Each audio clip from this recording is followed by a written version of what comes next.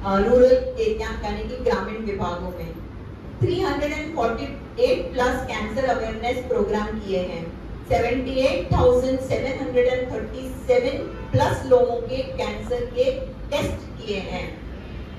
इनका ट्रस्ट है वो 30 बेडेड कैंसर हॉस्पिटल है जिसका नाम है साईदाम हॉस्पिटल, वो राहुरी में है।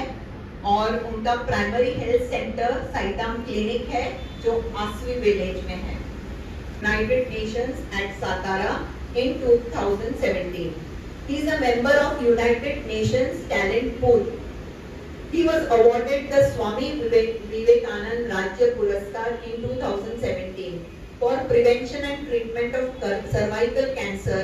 This project was approved by Section 35A6 by National Committee of Social and Economic Welfare Finance Ministry.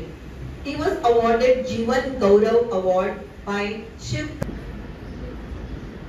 Thank you so much, Honorable Principal Ma'am of Bandra Hindu Association School and respected teachers. Thank you so much for giving the opportunity to give the talk on this good topic, that is menstrual hygiene and cancer awareness. I also extend my great thanks to Mrs. Archana Sharma. She is our honorary trustee and she is a social worker and she is awarded by more than 100 awards. And I extend my special thanks to the all trustees, staff and members of the Bandra Hindu Association. So today's topic is menstrual hygiene and cancer awareness, because every gynec disorder, जो भी स्त्रियों में जो जो बीमारियां पाई जाती है उसका उगम इस स्थान से होता है। जैसे आपने देखा कि मेंस्ट्रुअल साइकिल, पहले मैं बताता हूँ what is anatomy and physiology of uterus and जो हर एक स्त्री का एक अलंकार है। यूट्रस, श्रीबीज, अंडाशय, हर महीने 4 दिन जो हार्मोनल वेरिएशन हो जाता है उसके हिसाब से, उसके वजह से जो बच्चा दाने की एंडोमेट्रियल लाइनिंग होती है उसका शेडिंग होता है। ये नैसर्गिक है ड्यू टू हार्मोनल बैलेंस। जो कुछ हार्मोन आते हैं जाते हैं तो 28 दिनों के बाद ये शेडिंग होता है। इसलिए 28 मई ये मेंस्ट्रुअल हाइजीन डे करके मनाया जाता है। और तो बहुत सारी चीजें मेंस्ट्रुएशन के से एसोसिएटेड है। उसमें से मेंस्ट्रुअल हाइजीन कैसे रखना, मेंसेस क्या होता है, मेंस्ट्रुअल हाइजीन अच्छा नहीं रखा आपने तो क्या क्या डिसऑर्डर होती है, और हम हाइजीन कैसे रखें, ये सारी इंपॉर्टेंट चीजें आज मैं मेरे लेक्चर में बताना चाहता हूँ। तो मेंसेस के जो पहले 15 दिन रहते हैं उसमें ईस्ट्रोजन प्रोजेस्टेरोन नाम के संप्रेरक हार्मोन्स बढ़ते हैं, और उसकी वजह से 15वें दिन या 14वें दिन ओवुलेशन होता है। ओवुलेशन मतलब कि श्रीबीज अंडाकोश से श्रीबीज बाहर निकलता है, और उसके 15 से लेके 28 दिन तक जो अंडाकोश से श्रीबीज निकलता है उसका धीरे धीरे डीजेनरेट होता है और हार्मोन लेवल फॉल्स हो जाते हैं, और लगभग 27-28 दिन ये हार्मोन लेवल फॉल्स होने के कारण जो एंडोमेट्रियल लाइनिंग रहता है वो शेड हो जाता है और उसको हम मेंसेस बोलते हैं। ये नैसर्गिक अवस्था है, स्वभावतः है। हर 28 दिन बाद हम मेंसेस आना बच्चेदानी के, अंडाशय के, स्त्री हेल्थ के लिए ये बहुत जरूरी है। दूसरी चीज, मेंस्ट्रुअल हाइजीन जो है, मेंस्ट्रुअल हाइजीन के कारण क्या क्या हो सकता है कि मेंस्ट्रुअल हाइजीन किस तरह से की जाए। अगर हम इस दरमियान, अगर मेंसेस के दरमियान कुछ नॉर्मल बैक्टीरिया रहते हैं यूरी मार्ग में, बच्चादानी में, यूट्रस में, उस अगर नॉर्मल बैक्टीरिया को हम डिस्टर्ब ना करें उसके कारण भी सारा नॉर्मल एटमॉस्फेयर, नॉर्मल फ्लोरा है ह्यूमन बॉडी का, वो चेंज हो सकता है। सेकंड चीज है, थैली का मुंह, बच्चादानी का मुंह थोड़ा सा खुल जाता है इस दौरान, मेंसेस के दौरान, इसीलिए थोड़ा इन्फेक्शन होने के चांसेस बढ़ जाते हैं। तीसरा कारण जो पीएच है, जो नॉर्मली अल्कलाइन होता है और ड्यूरिंग मेंसेस थोड़ा सा एसिडिक पीएच हो जाता है और उसके कारण थोड़ा इन्फेक्शन का खतरा ज्यादा हो जाता है। चौथी चीज, मेंसेस के दौरान जो हमारी बच्चादानी की रक्तवाहिनी होती है थोड़ा सा ओपन हो जाती है, उसके कारण भी इन्फेक्शन का खतरा ज्यादा बढ़ता है। इसीलिए ये 4 दिन का जो मेंसेस का पीरियड है वो सबसे सेंसिटिव माना जाता है। इस दरमियान 3 या 4 चीजें जैसे स्वच्छता, कुछ प्रिकॉशंस हमें लेनी है, वो मेंटेन करना जरूरी है। तो दूसरा सबसे इंपॉर्टेंट है हाइजीन कैसे रखी जाए। सो हाइजीन रखने के लिए आपको प्राइवेट पार्ट्स का वॉश कराना बहुत जरूरी है। वार्म वाटर या सोप से हम वॉशिंग कर सकते हैं, लेकिन जो बाहर की चमड़ी रहती है उसका वॉशिंग करना जरूरी है। हम अंदर वॉशिंग ना करें। अंदर जो हमारा एक सेंसिटिव एरिया रहता है अंदर से योनि मार्ग से, तो वहां पे अगर डिसइंफेक्टेंट केमिकल्स अगर पहुंच जाते हैं तो वो अंदर एब्सॉर्ब हो जाते हैं और वो सेहत के लिए हानिकारक है। प्लस जो नॉर्मल फ्लोरा जो रहता है योनि मार्ग में, वो डिस्टर्ब हो जाता है। तो आप जो भी वॉश करते हैं वार्म वाटर से कर सकते हैं, ठंडे पानी से कर सकते हैं। तो वॉश करते समय बाहर से हमें वॉश करना चाहिए, अंदर तक वॉश नहीं करना चाहिए। दूसरा, सोप वाटर से भी वॉश करते हैं लेकिन बाहर से करना है। तीसरी चीज, एक स्पेशल मार्केट में वजाइनल वॉश मिलते हैं, बहुत सारे ब्रांड्स के आ जाते हैं, वो वजाइनल वॉश हम यूज कर सकते हैं। और उससे भी अगर यूज करना है हमें बाहर से ही करना है। उसमें सारी मात्राएं, केमिकल की मात्राएं, पीएच की मात्राएं अच्छे से मेंटेन रहती है और उससे वॉशिंग ये अच्छा रहेगा, आइडियल रहेगा।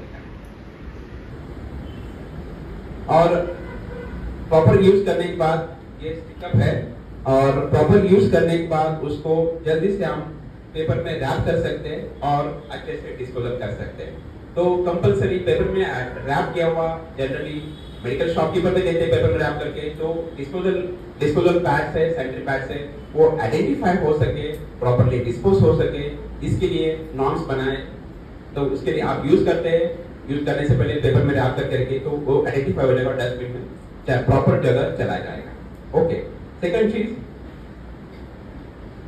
मेंसेस के दौरान एक तो आपको ज्यादा पेट में दर्द होना, मेंसेस के दरमियान ज्यादा ब्लीडिंग होना, तीसरी चीज ज्यादा क्लॉट पास होना, चौथी चीज 4 से ज्यादा पैड की जरूरत हो रही है तो गायनेकोलॉजिस्ट को कंसल्ट करना जरूरी है।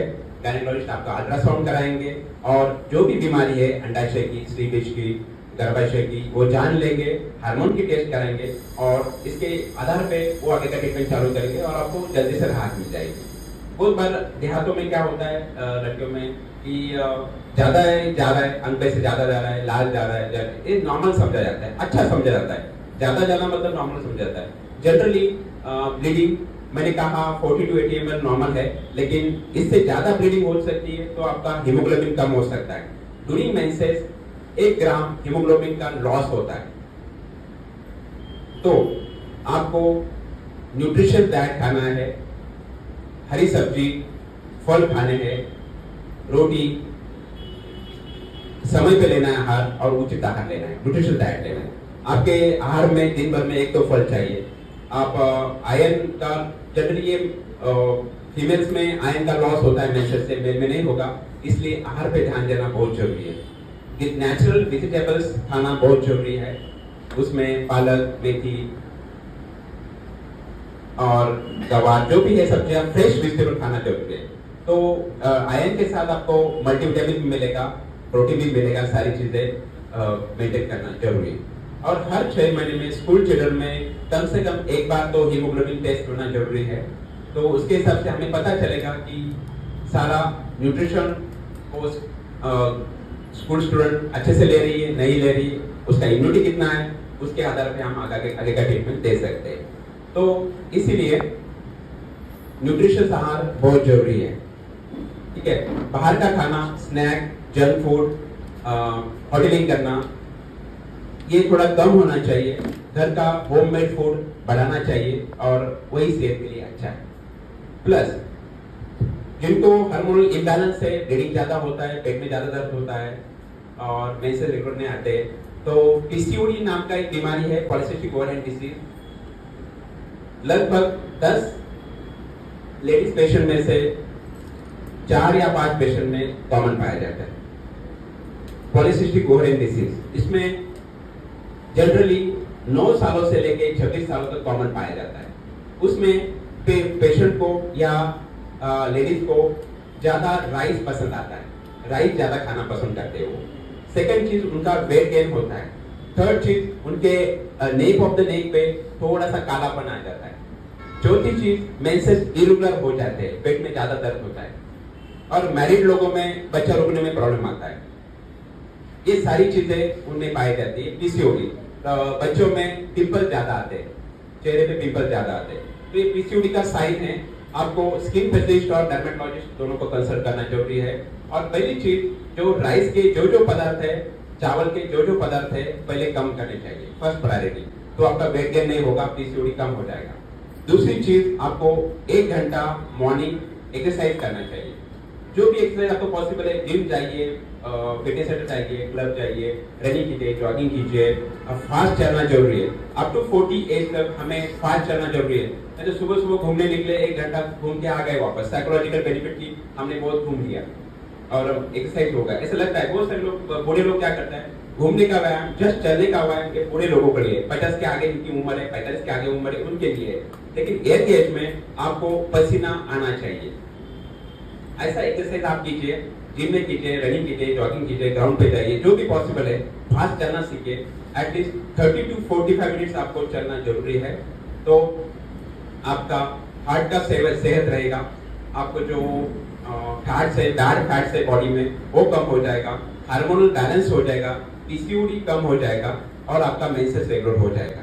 ये सारी चीजें बहुत इंपॉर्टेंट है। एक्सरसाइज सबसे इंपॉर्टेंट है।